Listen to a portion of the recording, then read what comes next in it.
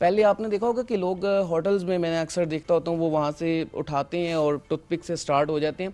اس کے لیے ہمارے پاس ایک ڈینٹل فلاس ہوتی ہے جس کو ہم اپنی فنگرز پہ ریپ کر کے دانتوں کے اندر سے وہ جو آپ کا گوشت کے ذرات رہ جاتے ہیں جو بوٹیاں آپ کھاتے ہیں اس کو ہم نکال سکتے ہیں. ڈن.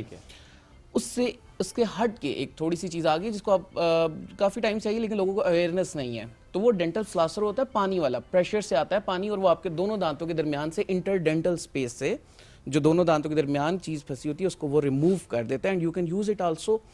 اور کوشش کریں کہ یہ جو ٹوتھ پک وغیرہ اس سے آپ کا نا گم کا لاس ہونا شروع ہو جاتا ہے جب آپ ڈیلی بیسس پہ ٹوتھ پک یوز کرتے ہیں. اور ہر بندے کے لیے ظاہری بات ہے وہ ایک پین بھی بعد میں کرتا ہے نا. تو جس طرح بڑی عید پہ اکثر لوگ آ جاتے ہیں ڈاکٹر صاحب دانت میں درد, وہ دانت میں نہیں ہو رہا ہوتا, وہ آپ کا جو کھانا پھنسا ہوا ہوتا ہے جب آپ اس پہ ٹوتھ پک یوز کر کے آپ اپنے گم کو اتنا ڈیمیج کر لیتے ہیں تو پھر آپ کو بائٹ کرتے ہوئے پین ہوتا ہے. That is just because of that. So آپ صبح استعمال نہ ایگزیکٹلی وہ نہ کریں اور ساتھ میں ٹوائس اے ڈیلی. اور فلاسنگ بھی آپ نے کہا کہ بہتر ہے کہ واٹر فلاس کریں. ایگزیکٹلی یہ بہت امپورٹنٹ ہے کیونکہ بہت سے لوگوں کو نہیں بھی پتا. ایک تو ٹوتھ پک کا رجحان واقعی بہت زیادہ ہے ہوٹلز میں, ریسٹورینٹس میں, ایون گھروں میں بھی. ہم ابھی بھی اپنے بڑوں کو دیکھتے ہیں وہ پہلا سوال ہی ہوتا ہے کھانے کا وہ ٹوتھ پک ذرا پکڑانا مجھے, تو ٹوتھ پک سے پھر وہ گمز خراب ہو جاتے ہیں. And flossing it's very important کہ واٹر فلاس یہ بڑا ضروری ہے کہ آپ دوسرا فلاس نہ کریں. جن کو عادت ہوتی ہے وہ واقعی فلاس کے بغیر نہیں رہ سکتے, ان کو الجھن ہوتی ہے. ایسے ہی ایسے. اچھا ماؤتھ واش بھی بہت سے ڈینٹسٹ تو ریکمینڈ کرتے ہیں کہ نہیں کرنا چاہیے unless it's required and prescribed. Now دیکھیں ہر ایک پروسیجر ہوتا ہے نا. اب ماؤتھ واش اگر آپ کو بینیفٹ دے رہا ہے تو that is in the market. Okay. اگر ایک چیز مارکیٹ میں موجود ہے تو بہت سارے اس کے پرپسز ہوں گے. ٹھیک ہے.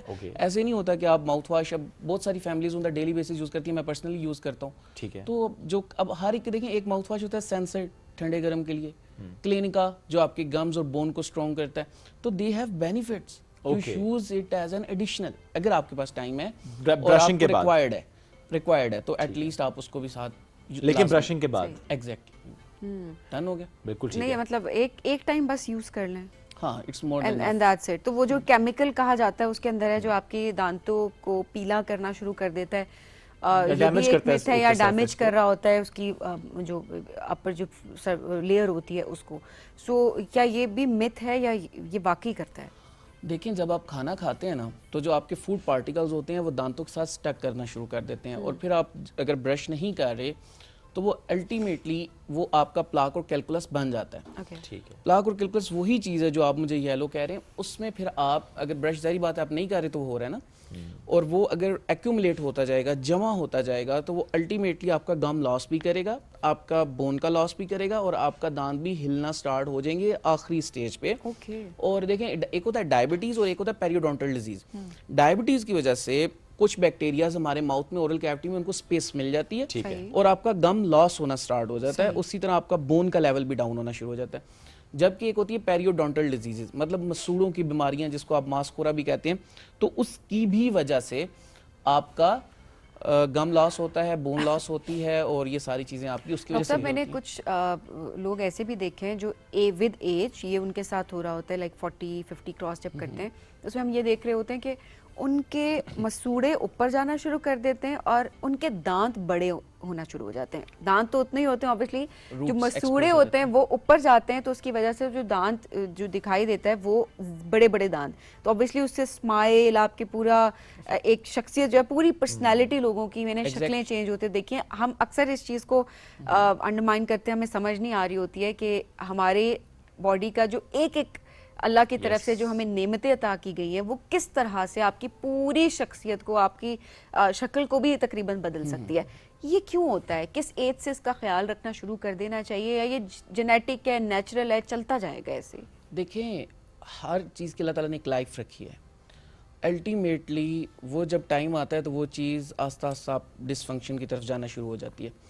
اسی طرح گمز ہیں, دانت ہیں, ان کی ایک لائف ہے.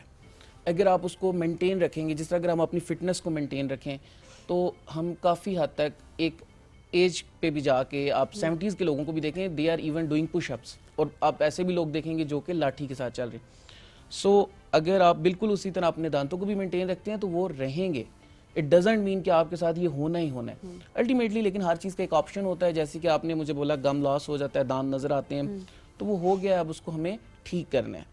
ٹھیک ہے. تو اس میں ہم کئی دفعہ اگر بہت زیادہ گم لاس ہو گیا اور دانت موبائل ہو گئے ہیں تو ہم نکال کے امپلانٹس لگا دیتے ہیں یا نئے دانت ریسٹوریشن کی طرف چلے جاتے ہیں. اور ایک پیریوڈونٹل تھراپی بھی ہوتی ہے جو کہ پیریوڈونٹسٹ گم کا جو اسپیشلسٹ ہوتے ہیں وہ پرفارم کرتے ہیں. ٹھیک ہو گیا. تو وہ اس میں گم ٹیشو ایڈ کر دیتے ہیں, تھوڑا بہت اس کو کر دیتے ہیں. لیکن سم ٹائم اگر آپ کا دانت مضبوط ہے تو ڈینٹسٹ کہتا ہے کہ اس کو چلنے دیں. ٹھیک ہے. تو وہ ایوری تھنگ ہر پیشنٹ ویری کرتی ہے. ٹھیک ہے. اور obvious بات ہے کہ پیشنٹ ایک ڈاکٹر کی جب رائے لیتا ہے اس کے اپنے مائنڈ میں بھی چل رہا ہوتا ہے کہ مجھے کیا کروانا ہے, کیسے کروانا ہے, کب کروانا ہے, تو وہ پریفر کرتا ہے. اور ٹریٹمنٹ اب ہر چیز کا ہے, بس یہ بتانے کا مقصد ضرور ہے کہ ٹریٹمنٹ ہے بٹ اسٹل وہ ڈیپینڈ کرتا ہے کہ آپ کے ڈاکٹر آپ کو کیا ریکمینڈ کرتا ہے, تو اس لحاظ سے آپ کو اس کو ٹریٹ کرنا ہے. ایبسلیوٹلی. امپلانٹس پہ آ جاتے ہیں. کون ہے جو امپلانٹ کراتا ہے, یعنی کیا ڈیفائن کرتا ہے کہ اب اس کو امپلانٹ کی ضرورت ہے؟ دیکھیں شعیب, اب بڑھتے وقت کے ساتھ, ماڈرن ایج کے ساتھ, جب کوئی چیز اچھی مارکیٹ میں آ رہی ہو, ان ہو رہی ہو, نئی پروڈکٹ لانچ ہو رہی ہو, اب ڈیلی بیسس پہ امپلانٹ میں کام ہو رہا ہے. اوکے. ابھی جو ہمارے پاس کمپنیز ہیں, ٹرکش کمپنی ہے, اسی طرح ہمارے پاس سوئس کی کمپنیز ہیں.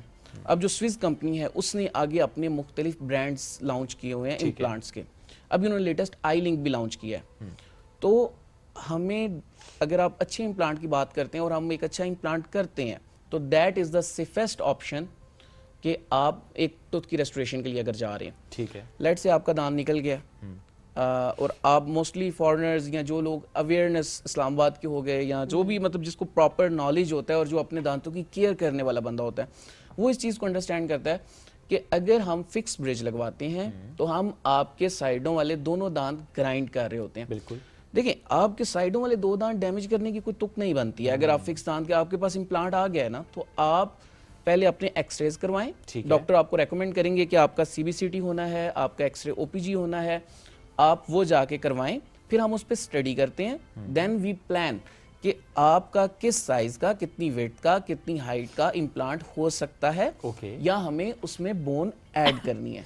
تو پہلے ہم پلاننگ کرتے ہیں اور پلاننگ کے بعد پھر الٹیمیٹلی پیشنٹ کی اپائنٹمنٹ سیٹ ہو جاتی ہے, وہ آتا ہے, ہم چیزیں ڈسکس کرتے ہیں and then we place a implant. اور پھر امپلانٹ دیکھیں دو قسم کے ہوتے ہیں. میں یہاں پہ کلیئر کروں گا, فارنرز آتے ہیں 2 دن کے لیے, 3 دن کے لیے اور وہ کہتے ہیں ہمیں ایک ہی دن میں ڈاکٹر صاحب دانت لگا دیں. اور اس میں پھر کیا ہوتا ہے کہ دیکھیں ہر پیشنٹ کے لیے وہ امپلانٹ نہیں ہے. That is called bezel implant. Bezel implant اور کنونشنل امپلانٹ دو مین کیٹیگریز ہیں امپلانٹ کی. کیا فرق ہے؟ جو کنونشنل امپلانٹ ہوتا ہے میں پریفریبلی اس کو زیادہ امپورٹنس دیتا ہوں اور اس کی ریزن کیا ہے کہ وہ آسٹیو انٹیگریٹ کرتا ہے. وہ آپ کی بون میں جا کے آپ کی بون کے ساتھ وہ بالکل اس میں مرج ہو جاتا ہے. ٹھیک ہے. جب اس میں مرج ہو جاتا ہے تو اس کی لائف بھی زیادہ ہوتی ہے. اس کے بعد جب ہم اس کو پلیس کر رہے ہوتے ہیں تو الٹیمیٹلی ہم نروز کو ہر چیز کو پراپر سیف کر رہے ہوتے ہیں. تو وہ ایک تو سیف ہینڈ پہ بہت اچھی چیز ہے. آپ اس کو کل کو ریموو بھی کر سکتے ہیں. اوکے. ڈن. اینٹی ٹارک کے ذریعے آپ اس کو واپس لگا کے اس کو ہم واپس اس چوڑی کو سمجھے کھول لیتے ہیں تو وہ باہر آ جاتا ہے. ٹھیک. جو بیزل امپلانٹ ہوتا ہے وہ آپ کا سمپل, اس میں ٹائپس ہوتی ہیں. ایک رف سرفیس امپلانٹ ہوتا ہے, ایک لینتھی امپلانٹ ہوتا ہے. اب وہ کیا کر رہا ہوتا ہے, وہ آسٹیو فکسیشن کر رہا ہوتا ہے. مطلب وہ جس طرح آپ دیوار کے اندر کیل لگا رہے ہوتے ہیں نا, اسی طرح وہ ہڈی کے اندر جا کے اس کے ساتھ پکڑ کر رہا ہوتا ہے. ٹھیک ہے. تو اس کو اس کا جو آپ واپس نکالنے کا پروسیجر ہوتا ہے دیٹ از ڈیفیکلٹ. وہ آپ اس کو اس چیز کی وجہ سے, ایک تو میں دوسرا یہ کہ جو آپ کا کنونشنل ہے وہ زیادہ ہر لحاظ سے وہ زیادہ اچھا ہے. آپ جس بھی اینگل سے آپ اس کی طرف آئیں گے تو میں یہ کہتا ہوں کہ بجائے اس کے کہ آپ آئیں اور آپ کہیں ڈاکٹر صاحب اگلے دن مجھے دانت دے دیں اور 3 دن کے بعد ہم امپلانٹس لگائیں, چوتھے دن ہم دانت دیں کہ آپ کو ودن 3 days لگ جاتے ہیں. بیزل امپلانٹ اپر فل ماؤتھ ریسٹوریشن اس کو بولتے ہیں. منہ میں کوئی دانت نہیں ہے, پیشنٹ آپ کے پاس آیا ہے, پیشنٹ کے پاس 3 دن ہے, آپ نے بیزل امپلانٹ پلان کیے, آپ نے اوپر بیزل لگا دیے, نیچے بیزل لگا دیے اور ودن 3 days اس کو اچھے کھانے پینے والے فل دانت دے کے آپ نے بھیج دیا. داڑھیں بھی سب کچھ. اب یہ 3 days میں آپ نے, اب وہ فکس دانت ہے, اس پہ وہ ہر چیز کھا سکتا ہے. ٹھیک ہے. ٹھیک ہو گیا. اب وہ کیس ٹو کیس ہوتا ہے. موسٹلی ڈاکٹرز کیا پریفر کرتے ہیں, جب بون جس جگہ پہ کم ہونا تو ہم ظاہری بات ہے آسٹیو فکسیشن کے لیے بون چاہیے, ظاہر ہے, تو ہم بیزل کی طرف بھی جاتے ہیں. تو کیس ٹو کیس ویری ہوتا ہے. بٹ پریفریبلی آئی ول سے اگین کہ آپ کو کنونشنل امپلانٹ پریفریبلی چوز کرنا چاہیے, کیونکہ وہ جب آپ کی بون کے ساتھ بانڈنگ کرتا ہے that is some thing extraordinary which is not happening in the bezel implant. تو کنونشنل امپلانٹ از دا پریفریبل, پھر بیزل. تو اگر آپ کے پاس ٹائم ہے تو پریفریبل یہی کریں کہ آپ امپلانٹ کروائیں, چلے جائیں, سال بعد آ جائیں, ٹھیک ہے. تب تک کے لیے آپ ایک ریموویبل دانت لگا لیں. سال بعد آپ جب پاکستان کم بیک ہوتے ہیں تو پھر آپ اس کے اوپر دانت لگوا لیں, اور یہ موسٹلی ہو رہا ہے ہمارے پیشنٹس کے ساتھ, اور دے آر ہیپی. تو آئی وڈ پریفر زیادہ ٹرینڈ واقعی وہی ہے فارنرز کا آنا اور کام کروانا یہاں سے ڈینٹسٹری کا. ایگزیکٹلی. دیکھیں ہمارے پاکستان میں نا امپلانٹ کا جو کاسٹ ہے وہ بہت کم ہے ایز کمپیئرڈ اگر آپ وہاں پہ, تو وہ آتے ہیں ان کے ٹکٹ بھی نکل جاتے ہیں, فیملیز کو بھی مل لیتے ہیں اور اپنا ڈینٹل ٹریٹمنٹ بھی کروا لیتے ہیں. سورسز پاکستانی آ کے یہ کام سب سے پہلے کراتے ہیں. بالکل. دیکھیں جس طرح ابھی آپ بات کرتے ہیں ٹرکش کے لیے ہیئر ٹرانسپلانٹ, تو ڈینٹسٹری کے لیے پاکستان بیسٹ ہے. یہاں پہ ایکسپرٹ ہینڈز موجود ہیں ود ایکسپیرینسڈ, اور پراپر جو آپ کہتے ہیں نا کہ پاکستانیوں کی یہ بات ویسے بھی مانی جاتی ہے کہ ان کی جو سکلز ہیں دیٹ آر ایکسٹراڈنری کام کے لحاظ سے, اور کسی قسم کا پیشنٹ کے آگے آپ آپشنز رکھتے ہیں کہ آپ یہ بھی کروا سکتے ہیں, یہ بھی, اور پیشنٹ ڈیسائیڈ کر رہا ہوتا ہے اور آپ اس کو گائیڈ کر رہے ہوتے ہیں, اور پھر ہم الٹیمیٹلی وہ ٹریٹمنٹ پلان کرتے ہیں. نہیں دیٹس ویری ٹرو. مطلب میں اس کو اس طرح ایکسپلین کرتا ہوں, میری خالہ آئی ہوئی تھیں اور انہوں نے بتایا کہ صرف روٹ کنال کا, وہاں پہ ایک روٹ کنال کا 1000 pounds لگ جاتے ہیں. I was like 1000 pounds is too much just for a root canal. I don't know کتنے بنے سے, ڈھیر سارے بن جاتے ہیں.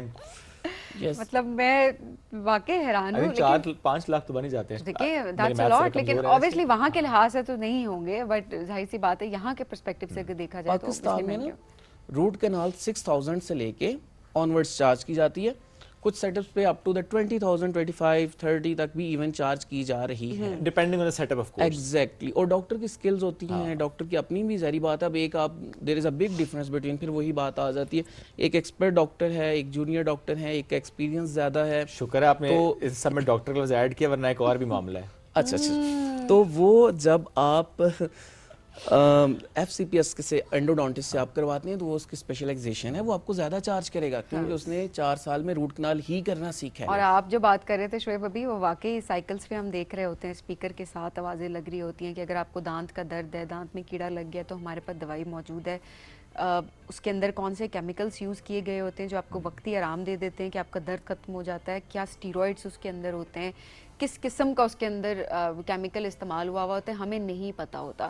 وہ وقتی تو شاید سن کر دے گا, وقتی ٹھیک بھی کر دے گا, بٹ وہ لانگ ٹرم کتنا اس کے ہیلتھ کے اوپر امپیکٹ آتے ہیں. لانگ ٹرم کیا سبھی مجھے لگتا ہے short term as well, because یہ جو دانت کا درد ہوتا ہے یہ تو ہر کوئی اس سے ریلیٹ کر سکتا ہوگا کہ یہ ایسا درد ہے جو اچھے اچھوں کو بہت کچھ یاد دلا دیتا ہے. اٹس ویری ویری پینفل, اور یہ تھوڑے ٹائم کے لیے شاید سیٹل ہو جاتا ہوگا, بٹ جب تک آپ اس کا پراپر ٹریٹمنٹ نہیں کراتے یہ بار بار جو ہے ایک طریقے سے اگر دیکھا تنگ کرتے ہیں آپ کو, تو بہتر ہے کہ آپ اس کو پراپرلی چیک کریں کہ کیوں ہے اور کیسے اس کو آپ نے نکالنا ہے. Coming to the braces thing, braces کا ٹرینڈ بہت زیادہ کامن ہم نے بچوں میں دیکھا ہے. 13-14 سال کی عمر میں ہم کیونکہ آئی تھنک ریکمینڈ کرتے ہیں کہ اس سے پہلے آپ نہیں لگوا سکتے, اور بچوں کے دانت ویسے ہی بہت ٹیڑھے میڑے سے آ رہے ہیں, تو ٹھیک آ نہیں رہے, اور جو آ رہے ہیں وہ خراب ہوتے جا رہے ہیں. سو بریسز آئی تھنک بہت زیادہ ان ہو گئے ہیں. دیکھیں بریسز کے بارے میں آپ کو تھوڑا بریفلی گائیڈ کر دوں. ہمارے ہاں یہ کہا جاتا ہے کہ آپ کے جب پکے دانت آ جائیں گے تو پھر آپ نے آنا ہے. پرماننٹ دانت آ جائیں گے, دودھ والے دانت گر جائیں گے, تو آپ نے ڈینٹسٹ کے پاس آ جانا ہے, ہم آپ کی بریسز کر دیں گے, وچ از رانگ. اچھا جی. اس میں یہ ہوتا ہے کہ سم ٹائمز اگر بچے کا جا پیچھے ہے, مینڈیبل شارٹ ہے, نیچے والا جبڑا پیچھے رہ گیا ہے, آپ نے دیکھا ہوگا اس کے پھر دانت اوپر کے باہر نظر آ رہے ہوتے ہیں. لوگ کیا کہتے ہیں, وہ کہتے ہیں جی اوپر والے دانت باہر ہیں, دانت باہر, یہ نہیں دیکھتے کہ آپ کا جا بھی پیچھے ہو سکتا ہے. تو اس کے لیے ایک اپلائنس ہوتی ہے جس کو ہم بولتے ہیں ٹوین بلاک.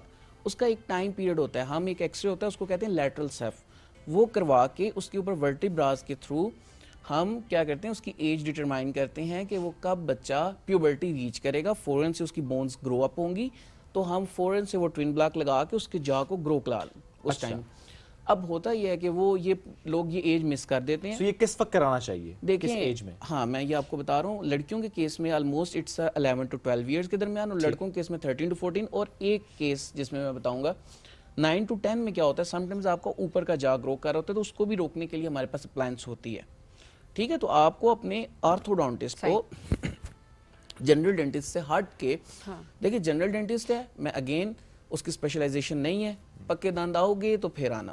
اب وہ کیا اس میں وہ بیچارہ سفر کر جائے گا اس چیز سے, اور وہ فال ان کر جائے گا الٹیمیٹلی سرجری میں. اب آپ کی وہ چین کی گروتھ ڈیٹ, اب وہ کیا ہوگا, 17 میں آتا ہے, 18 میں آتا ہے, اب ہم اس کی چین گرو نہیں کروا سکتے, تو ہم اس کو سرجریز کی طرف لے کے جائیں گے کہ آپ بی ایس ایس او کروائیں, جینیوپلاسٹی اور لیٹرم, وہ ایک اگلے اسٹیج آ جائے گی نا, تو اس میں وہ انٹر ہو جائے گا. تو ہم کیا کہہ رہے ہیں ایک پیشنٹ کو جس کا ٹریٹمنٹ ایک شارٹ کٹ فارم میں ہو سکتا ہے اس کو ہم سرجری میں لے گئے ہیں جسٹ بائی ٹیلنگ 12 سال کی عمر میں آنا جب آپ کے پرماننٹ دانت. اچھا جی نمبر 2 یہ میرا پوائنٹ ریز کرنا تھا تاکہ لوگوں کو اویئرنیس ہو that you should come on time. It's not a thing کہ آپ یہ بات کریں. نمبر 3 اگر آپ بریسز کی طرف آتے ہیں تو اس میں آپ نے فکس بریسز اس کا ٹرینڈ ہے اور that is the better option than aligners. اس میں پھر آپ کا ہم ٹریٹمنٹ پلان کرتے ہیں. اگر ہمیں واقعی اوپر والا جبڑا باہر ہے تو ہم اوپر سے 2 دانت نکال کے اوپر والے دانتوں کو پیچھے لے آتے ہیں. اور اگر کلاس 1 ہے دونوں ہونڈ موٹے ہیں اس طرح کی ہیں تو ہم 4 دانت نکالتے ہیں, 2 اوپر سے 2 نیچے سے, اور نیچے والے اوپر والے دونوں کو پیچھے لا کے آپ کے فیس کو نارمل کر دیتے ہیں. باقی لائنرز ہوتے ہیں that do because obviously it depends کہ آپ ویری کر رہا ہوتا ہے, لیکن جو امپورٹنٹ چیز ہے وہ اس کے اندر یہ ہے کہ ٹائملی آپ نے اپنا چیک اپ کروانا ہے اور اچھے ڈاکٹر کے پاس جائیں تاکہ آپ کو آئیڈیا ہو کہ وہ آپ کو اچھی ایڈوائس بھی دے رہے ہیں, سو دیٹ ایک لانگ ٹرم آپ کسی ایک مشکل پروسیجر میں نہ پھنسیں جو چیز آسانی سے کیٹر ہو سکتی ہے. بہت شکریہ ڈاکٹر صاحب, وقت بہت مختصر تھا, پروگرام میں آپ نے ہمیں وقت دیا. اسی کے ساتھ لیں گے اجازت, دوبارہ ملاقات کریں گے آپ سے منڈے کو. اللہ حافظ.